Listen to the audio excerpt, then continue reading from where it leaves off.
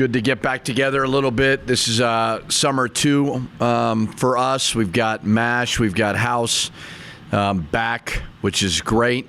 Braden will go today. He's been a little bit hobbled with a thumb injury. Josiah's hasn't really gone live 5-on-5, but he's been doing some limited stuff. Sebastian is back in Sweden.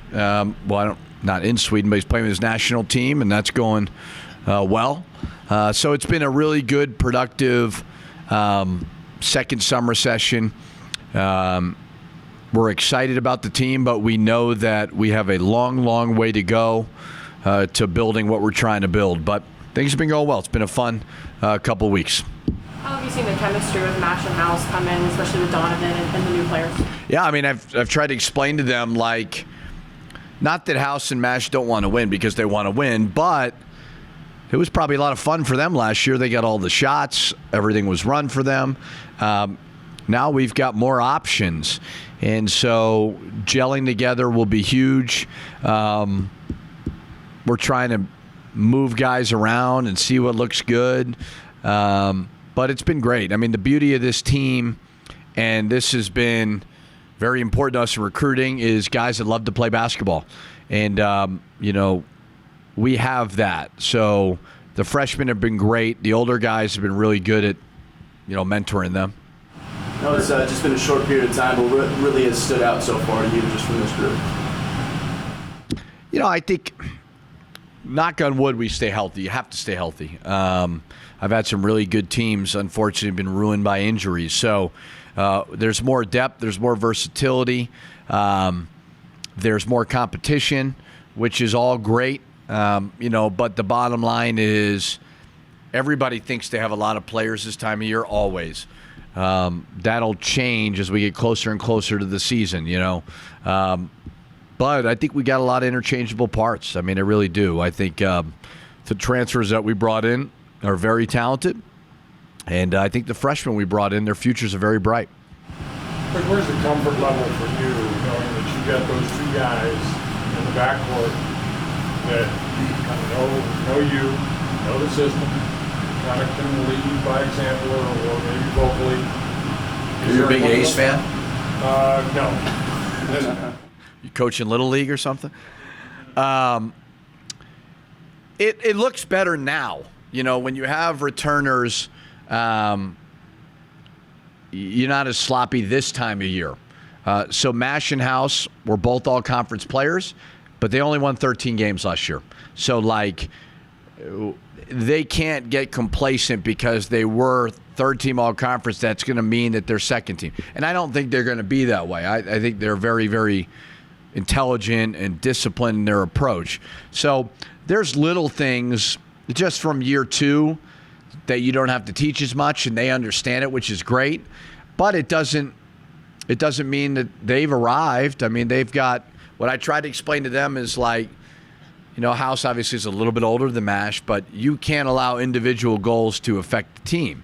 So I mean, they've picked up right where they left off, which is great to see, and they've gotten better. We talked about it a little bit a couple weeks ago at your camp, but both House and MASH said that they wanted to emphasize the weight room in the offseason. Have you seen a noticeable difference? For sure, yeah. Both of them. MASH, he's stronger than House. I mean, just body types are different, but they've both put on weight. They know in order to get to where they're trying to get to individually, they're going to need to be stronger.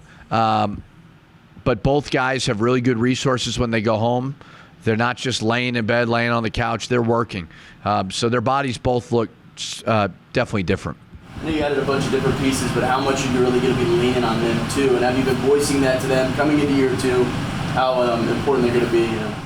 Well, I mean, the major difference, and this isn't a knock on Sebastian or even when we were playing Jay, is we got to throw the ball inside. Morris is a force down there. That doesn't mean he needs to shoot it every single time, but that's got to be the first option. And we just didn't have that last year. We obviously had a lot of front court, deficiencies, whether through injuries or just developing guys and getting them better. But it's going to look somewhat different. I mean, it's not going to be the House and Mash show. As good as they are, like, if there's a guy open on a roll, you got to throw it. Javante's really looked good as well. So just more, there's 5 options. I think they're a little bit more viable than what we were kind of going through last year trying to build it. Is Morris the kind of guy who understands that, okay, if I just touch the ball, that's good. I can just kick it back out, or I'm going to move the defense? I think what's good about Morris is guys are always reluctant to throw it down there because everybody wants to touch the ball. He is a willing passer. And I think a lot of that has to do with he's been trapped and he's been game planned and he's older, so he knows that. But the bottom line is if they throw it to him, something good's going to happen. And it doesn't mean it has to be always him shooting. No Power 5 teams on the schedule. Are you happy with the schedule? And how difficult is it to get teams like that to play? It's almost as hard as getting, Joe and Jeff to show up on time. No, listen, we have to understand where our program is when we took over and to where we're hoping to take it. Although we have an awesome arena and an awesome fan base, we got to build this program. And as the program grows, the schedule will grow. But I'm excited about it. There's a decent amount of home games. I've said from day one, we can't ignore a pandemic. We've got to bounce back non-health related wise from the pandemic with getting this place packed again, getting people talking about Lobo basketball again. So it kind of goes hand in hand with the growth of the program. But I think if you look at, I'm always going to try to have, New Mexico State's a different dynamic because you're going to play them twice. But I always want to keep our fans engaged with a really good quality non-conference game. Iona's that. Iona's going to be one of those that the fans in the town should be excited about. Because regardless of my dad coaching, it's a really good team. It's a championship program. But if you look at the non-Power 5 teams, a lot of them are really good teams relative to their conferences. That's what we wanted. We wanted winning programs. So none of them are going to be easy. We're going to be challenged. Going at SMU, very, very hard. Adding at St. Mary's, traditionally a terrific program as well. So as the program grows, fan interest will grow, and the schedule will grow. Yeah, just talk about that St. Mary's one, Coach. Is that one that you had targeted, or that was just able to work out, get the deal done, like St. Mary's specifically? Like you said, great program. No, I like challenging. It benefits you. Now, are we in a position just yet to be talking at large bids? We won 6 games 2 years ago, so let's not put the cart before the horse. But if we can regionally get a program that makes some sense, because you're out west, and I don't want to go play at Syracuse. That's just hard. But we thought it made decent sense, and it's a program that we have a lot of respect for.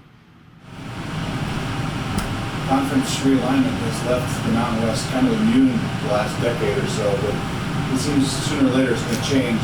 I'm curious, how does that impact the way, do you hear that on the recruiting trail? Do players ask about moving, and what are your thoughts on conference? Most of the guys we talk to, as we all know with children, I'd say seniors in high school are the most self-absorbed human beings on the planet. So they're not thinking about conference realignment like us adults are thinking about. They're thinking about their role on the team and so on. Where it is all headed, I don't know. I remember when I was in the Big Ten for 8 years, everybody bitched about, you got to go all the way to Rutgers. That's so far. And I texted Mick Cronin right away and said, have fun going from L.A. all the way to Rutgers. You're going to really enjoy that flight. So it's all about football. It just is. It seems like it's trending in a direction of super conferences. And I think, obviously, it's more of an Eddie question than it is for me and presidents. But, we want to keep building not just our program, but all the programs to where we have a potential seat at that table at some point. But I think we have a long way to go, and it almost always seems to come down to money. I won't be repetitive if you've asked any No, it's fine. Go ahead. questions. How much interaction do you guys have with the TBT players that are back and couldn't be back this weekend? Yeah, so we'll do Sunday a little dinner with them. Have them come watch practice. The good part when you're a new coach in a new community, you don't know all the former players, and this is a good way for me to meet them. Because the hard part about any jobs, I remember when I took the job, I talked to Matt Painter, and Matt Painter said, I'm like the second coach at Purdue in 50-something years. So it's Gene Cady, Matt Painter. We've had a lot of coaches here, whether it's coaches leaving, coaches getting fired. So you have a lot of different allegiances to a lot of different coaches. And it's not easy for the new coach to get that rapport with those guys. It's always challenging. So when you have something like the TBT where they're coming back, because they love the Lobos, regardless of who they're playing for, it's great. So they'll start kind of trickling in and using the facilities. And it's great because my office is right out there. I've met a lot of them, but I want them to be a huge part of it. So TBT makes it somewhat easy to get to know them and also show that the community cares about them. There's no problems with the players going to the games and stuff like that, right? I don't think so, no. I saw Jamal and Jalen will be signing autographs before the Tuesday game. That's an event that may or may not even have the Lobos playing, depending on how they do Monday night. But was that something they had to run by you or anything like that? Jamal asked me, hey, somebody reached out to me, how much should I ask them to pay? I said, go high. Always go high, and they can always go low. So other than that, no. It's a weird new thing. I've said it before. I was very concerned at Minnesota when we were talking about all this stuff because there's so many sports. We're the only basketball team, obviously New Mexico State, but in this city, and a lot of the state is Lobos fans, so that provides opportunities for those guys. So they kind of ran it by me, and I said, always aim high. So it's good that they're able to do that.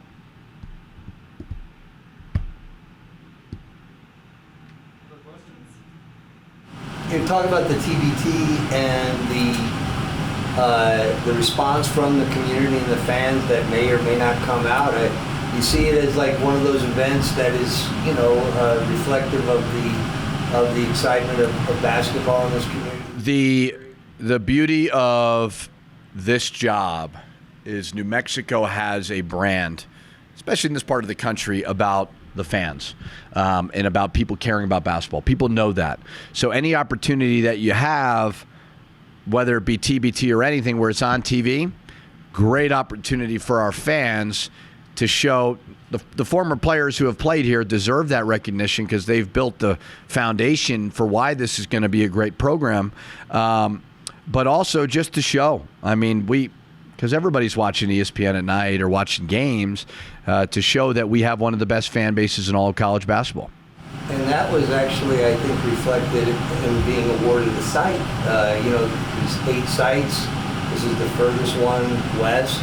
There's legendary sites like Syracuse, West Virginia, Rucker Park, and it fits in there, Coach. They were playing games at Rucker Park? Correct. Wow. How about that? Unbelievable. But Wichita too. Yeah. It's really. I think it shows the reputation because we used to get regionals for state tournaments here once every 3 or 4 years. Yep. And then somebody screwed up the suites, and then I've heard that whole story from every fan. It wasn't my fault. Yeah, I saw it. Yes, I think, as I said before, and especially in the West, because the West is different. There's not too many basketball fan bases like the Lobos in all the West. There's some good ones, but that's why the place is special. I say it all the time. When I'm driving home, I see more New Mexico license plates, University of New Mexico Lobo license plates, than any place I've lived. So the buy-in is great. It's on us to continue to build that product and to continue to get them to come back to the pit. So I think people know that the fans care, so hopefully it's a great turnout for the TBT. Where are you with the staff? My goal is to, by August, beginning of August, have somebody in place. As of now, I'm going to keep Dave in the spot that he's in, as that special assistant or whatever his title is. I don't even know. But, I like the perspective that he can give me outside of that. And so now it's trying to whittle it down to 2 or 3 and see if they really want the job and see if they fit with Isaac and Eric and everybody. Because I think one of the reasons why we went from what we took over to where we are now, and we have not arrived, is I had a really good experienced staff. And we've all been doing it a while. We all understand what this is all about. So what I sell to my team, I sell to my staff. We got to work together. So whoever I bring in here has to be that. So hopefully in the next 2 weeks, I'm going to go back on the road recruiting next week. So I'll be gone Wednesday to Sunday. So there's nothing worse than having an open job and being at an AAU game around a bunch of college coaches. It's horrible. I'm the most popular guy in the gym. But hopefully by beginning of August, have that done. Yeah, so it sounds like it is much more difficult to fill a spot right now. I wasn't sure if it was easier or harder to fill it right now. Well, it's not ideal because of family dynamics of kids starting school and all that. It's not. The timing is never great. I think for Andy was great for me for a year. There's no ill will on him leaving. I think he wanted to be back up in that region, kind of where he's from. So the timing is not great, but it's never really easy. One of the worst experiences ever is filling an assistant coaching job because you always seem to inevitably upset somebody when you don't mean to. So it's hard, but just comes with it.